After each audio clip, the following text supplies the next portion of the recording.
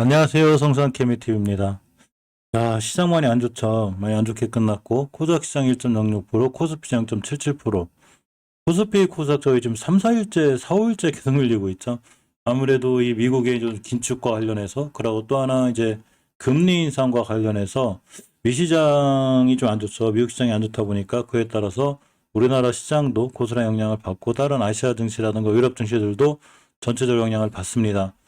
이럴 때는 상당히 보수적인 접근이 중요하고요. 너무 무리하지 않거나 또 미수 같은 거를 쓰지 않는, 시장이 좋을 때는 좀 공격적인 투자가 좋은데 시장이 안 좋을 때는 상당히 공격적인 투자를 하면 안 됩니다. 보수적으로 접근해야 되고 조심스럽게 살얼음판 걷듯이 이렇게 대응해야 되죠. 제가 항상 시황 정리를 하고 저도 공부를 할 겸 매일 해드리는데, 이 시황 정리를 하는 이유는 간단하죠. 이런 시황 정리를 통해서 나중에 어떤 종목도 우리가 매수할 것인가, 즉 내동매매하지 않고 어느 정도 주가가 떨어졌을 때 이 종목들을 들어가야 되겠다 싶을 때는 미리미리 시황 정리를 해놓고 그러한 종목들을 보고 들어가는 게 맞습니다. 물론 시황 정리를 하다 보면 당연히 오늘의 급등주라든가 이런 걸 보게 되는데, 이러한 종목들을 오늘 쫓아가 사라는 게 아니라 왜 올라갔지? 이러한 종목들이 어떤 이슈로 갖고 올라갔을까? 그러면 이런 종목들이 언젠간 계속 올라가지만은 저 눌림목을 주게 되고, 그런 자리들에서 매수했을 때 바로 좋은 우리들에게 수익률을 주기도 하죠. 자, 예전에 솔트룩스, SV인베스트먼트, 자, M2I 뭐 이런 종목들이 전부 다 많이 떨어졌다 하더라도 결국 전부 다 시황 정리를 통해서 저점을 찾아냈을 때 우리에게 좋은 수익을 줄 수 있기 때문에 시황 정리는 하루도 게을리지 않고 보는 게 좋습니다. 오늘 이렇게 시장이 안 좋은데도 불구하고 좀 강했던 종목군들이 바로 이 얘기죠. MSA 블리자드 인수 소식이 있어요. 그렇기 때문에 손오공이 상한가를 갔는데, 마이크로소프트가 대형 게임회사 액티비전 블리자드를 인수한다는 소식에 국내 증시에서 이제 관련 종목들인 앱코, 그리고 손오공 이런 종목들이 굉장히 강했습니다. 이노뎁까지죠. 이런 종목들을 잠깐 볼 건데, 손오공 같은 경우 이 종목이 상한가 갈 거라고 생각하고 미리 살 수는 없죠. 자, 그렇지만 중요하게 지켜줘야 돼. 이식교선을 지켜줬고, 이렇게 이식교선 위에 있습니다.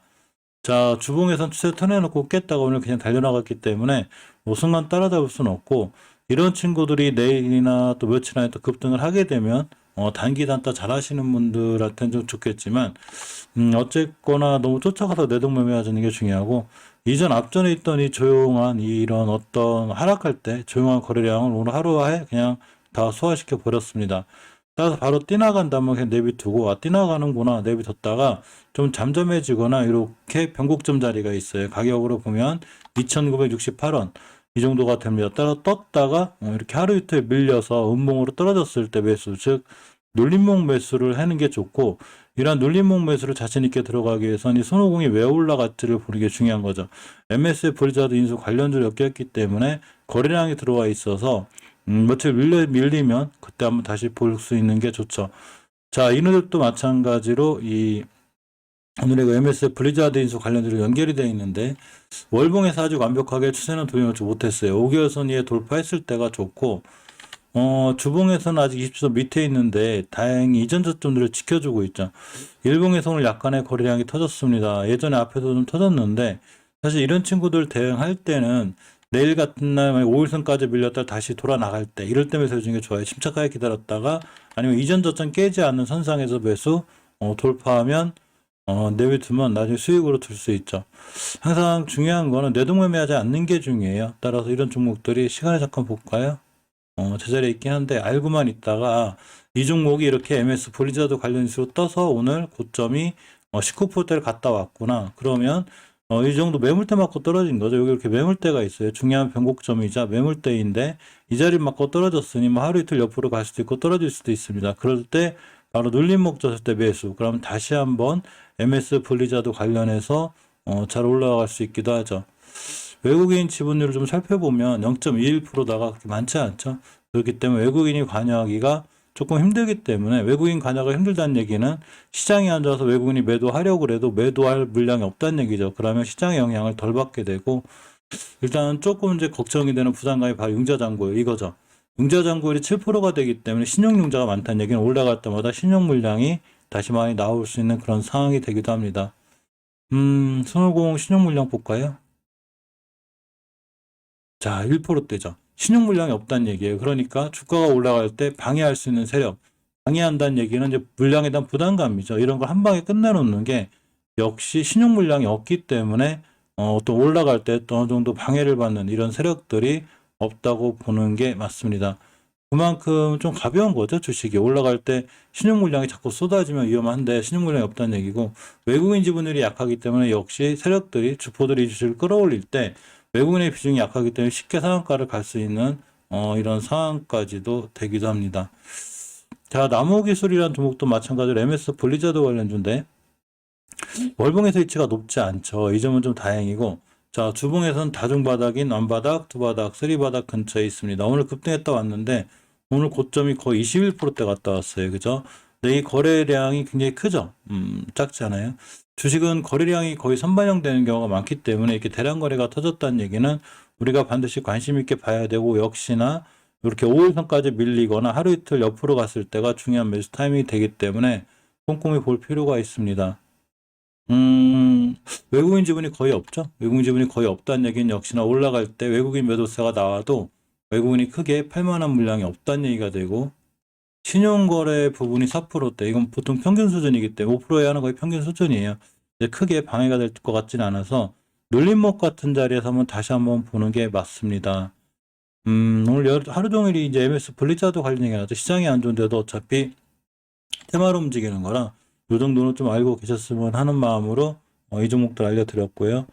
자, HLB 그룹주도 매일 찍는데 HLB 생명과학의 자회사인 HLB셀이 체내용 제열제 HBS 200 임상 돌입을 했다는 소식이 있습니다. 하지만 HLB 그룹주도 좀 안 좋죠. 이제 베트남 나눠준 나놓고 박스 관련해서 굉장히 좀 이슈들이 있는데 장기적인 추세는 잘 유지하고 있죠. 잘 유지하고 있고, 자, 일봉에서 보면 241선을 이탈하지 않는 게 무척 중요하기 때문에 이 자리를 꼼꼼하게 살펴보시는 게 필요하고, 240을 깨게 되면 역시나 이렇게 좀 오랫동안 또 옆으로 횡보할 수 있어요. 그러니까 내일 같은 날 240을 깨지 않은 매수, 깨면 손절, 이렇게 대응하는 것도 좋아 보입니다. 오늘 카카오가 장중에 9만 원이 깨졌죠. 그래서 그룹주가 전체적으로 동반 약세를 보이고 있는데 사실 생각보다 기술적으로 보면 어렵지 않아요. 월봉에서 보면 이렇게 추세가 완벽하게 20개선을 깨면서 장기적으로 추세가 하향의 길을 걷고 있죠. 20개선을 깨게 되면 그냥 하향을 하게 돼요. 물론 월봉이 봉 하나가 한 달을 차지하는 거기 때문에 언제든지 올 월 말 중에 돌려놓을 수 있긴 하지만 지금 추세는 하향 중이고, 주봉에서 역시 옷은 완벽하게 깨지고 있습니다. 일봉에서 일단 241선을 기준으로 처음에 깼기 때문에 지금 아직은 가격이 무너져 있고 추세가 하향이기 때문에 이때는 절대 쉽게 들어가면 안 돼요. 자, 예를 들면 예전에 이제 SK하이닉스나 이런 종목들을 보면 대형주들을 예를 들어서 말씀드려 보면, 예전 SK하이닉스 같은 경우도 일봉에서 240선을 강하게 이탈한 때가 있어요. 이렇게가 되죠. 이렇게가 되고 쭉 깨놓고 다시 한번 깨고 여기서 돌아나갔는데, 이 월봉에서 20개선 깨놨다가 이렇게 지켜주는 이런 자리에 돌아나가는 거죠. 자, 그러니까 우리가 카카오를 대응할 때도 똑같아요. 일봉에서 보면 지금 240을 깼기 때문에 물론 여기서 한두 번 갈 수는 있지만 옆으로 갔다 또 무너질 수도 있죠. 우리가 이 주식을 추세를 돌려놓을 때 접근해야 되는데 꼬리 달고 20개선으로 돌파해주고 안착해줄 때 들어가는 게 맞습니다. 지금은 엄연히 추세가 하향이기 때문에 섣불리 들어가면 굉장히 위험한 상황이 됩니다. 이 앱코도 마찬가지로 이제 MS 블리자드 관련해서 좀 올라갔는데 오늘 거의 상한가부터 다 떨어졌죠. 그래서 앱코를 보면 월봉에서 위치가 높은 위치는 아니고 이제 상장에서 꽤 많이 떨어졌어요. 이 친구 그죠? 꽤 많이 떨어졌다 이제 돌아나가는 이제 분위기고, 자, 주봉에서 추세 턴을 시도했습니다. 20초선까지 밀릴 수 있는 확률이 좀 있어요. 자, 가격으로 보면 14,600원대가 되고 일봉에서 봤을 때 이 가격대가 바로 이렇게 변곡점 이 자리가 돼요. 이렇게 이 자리. 그리고 이 상태로 뛰나가면 뭐 다시 잡기는 힘들고, 단기 단타 잘 하시는 분들이 좋고, 하루 이틀 빌려서 이런 자리들이 오게 된다면 굉장히 좋은 매수 타이밍이 되죠. 자, 그렇기 때문에 이러한 종목들을 우리가 알아내기 위해서 시황 정리를 하는 거고, 반드시 기다렸다가 저런 자리들이 오면 매수, 깨면 손절 이렇게 하는 게 맞죠. 거래량이 대단해요. 자, 앞에 있는 모든 거래량을 다 돌파하는 대량 거래가 들어와 있기 때문에 이런 종목을 반드시 관심 있게 놓고 볼 줄 알아야 되고, 내일 키업 갭을 띄어서 이 변곡점에서 출발한 매수, 그냥 바로 손절 이렇게 단기는 대응하는 게 맞고, 만약에 내일이나 내일 모레 이틀, 2, 3일 정도 이렇게 떨어졌다, 음봉으로. 그럼 역시 음봉으로 떨어진 날 매수해 놓으면 다시 한번 뛸 수 있습니다. 이 대량 거래가 상당히 의미가 있는 대량 거래가 되기 때문에 앱코는 반드시 꼼꼼히 관심 있게 보시기 바랍니다. 항상 중요한 거는 아무리 좋아 보이거나 좋은 종목이라 하더라도 매도매매로 고점에 물리게 되면 개인적으로도 수익 내기가 굉장히 힘들기 때문에 쫓아가 사기보다는 항상 눌림 목적 쓸 때, 즉 음봉을 무서워하지 말고 대량 거래 터진 다음에 음봉은 중요한 매수 타이밍이 되니까 그런 상황에서 매수해 주는 게 굉장히 중요해 보입니다. 이 세원 미디어 얘기가 좀 있어서 보려고 하는데, 이렇게 보면 이제 세원 ENC, 죄송합니다. 세원 ENC가 올해 이 출시 예정인 게임 사업 라인업을 발표했습니다. 따라서 오늘 세원 ENC가 잠깐이 좋았었는데, 사실 월봉에서 위치는 낮아요. 근데 중요한 거는 추세를 잘 유지하고 있죠. 그리고 20개선 위에 있기 때문에 상황은 좋고, 주봉에서도 20주선 중기적인 추세 입선을 잘 지켜주고 있습니다. 일봉에서는 240선 위에서 있기 때문에 사실은 아주 싸다고 보기는 힘들죠. 정말로 싸게 살 때는 240선 밑에 있을 때가 굉장히 싸게 살 수 있는 기회이긴 한데, 어쨌거나 지금 21선 위에 있는 상태에서 21선 깨지 않으면 이러한 이슈로 다시 한번 잘 뛸 수 있기도 합니다. 마켓 권리 관련한 얘기가 좀 있네요. 그죠? 마켓 권리가 이르면 4월에 상장할 수 있고 올해 거래액이 3조 원을 달성할 수 있다는 좀 기사들이 있어요. 오양이 이제 관련주로 좀 연결이 되어 있는데 오양이 근간에 최고 좋은 모습 보이죠, 지금. 자, 월봉에서 20개선 회복해주고 있고, 주봉에서 보게 되면, 자, 이렇게 저번 주에 깔끔하게 턴해놓고 돌아 나갔습니다. 벌써 전자에 이러한 신호를 준 거죠. 우리 올라갈 거야. 자, 그렇기 때문에 어떤 형태를 보였냐면, 일봉에서는 꽤 오랫동안 240을 깼어요. 그래서 깨고 옆으로 가고, 이렇게 돌아 나가고 있습니다. 근데 이걸 압도적으로 잡아먹는 대량 거래가 한번 들어왔는데, 언제 들어왔냐면, 이때죠. 자, 이때 들어왔습니다.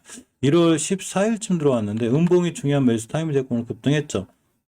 물론 더 많은 대량 거래가 들어왔는데 대량 거래 들어온 위치가 엄청나게 높은 위치가 아니기 때문에 추가 급등의 가능성이 있죠. 하지만 오늘 10분이나 떴기 때문에 오늘 같은 날 매수하기보다는 저번에 말씀드린 대로 하루 이틀 3일 이렇게 옆으로 음봉으로 떨어질 수가 있어요. 그래서 밀리는 날 음봉으로 밀리는 날 침착하게 기다렸다가 매수 다시 돌아 나갈 때 매수해 놓으면 다시 한번 마켓 권리 관련한 이슈로다가 수익을 줄 수 있기 때문에 우양은 꼼꼼히 볼 필요가 있습니다.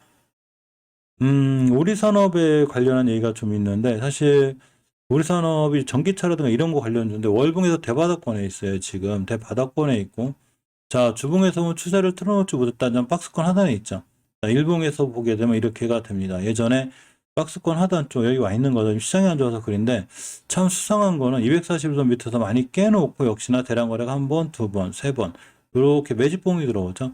이제 중요한 매집봉 형태가 되기 때문에 우리 산업은 꼼꼼히 보실 필요가 있어요. 물론 지금이야 이제 시장이 원체 안 좋으니까 급등했다가도 바로 꼬리 달고 떨어지죠.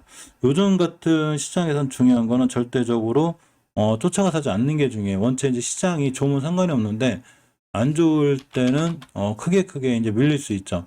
그러니까 꼬리를 단다는 얘기예요. 쭉 떴다가 꼬리를 달 수 있기 때문에 성급하게 쫓아가지 말고 항상 매수할 자리 기다렸다가 매수할 자리가 안 오면 매수 안 하면 그만이니까 항상 기다렸다가 이 매수할 자리, 즉 꼬리 달 때 사지 말고 이게 다중바닥이거나 이렇게 바닥권에 있다 돌아 나갈 때 이럴 때 매수해 줘야 반드시 어떤 종목이든 수익이 나죠. 따라서 우리 산업도 역시 관심 종목에 넣고 꼼꼼히 볼 필요가 있습니다.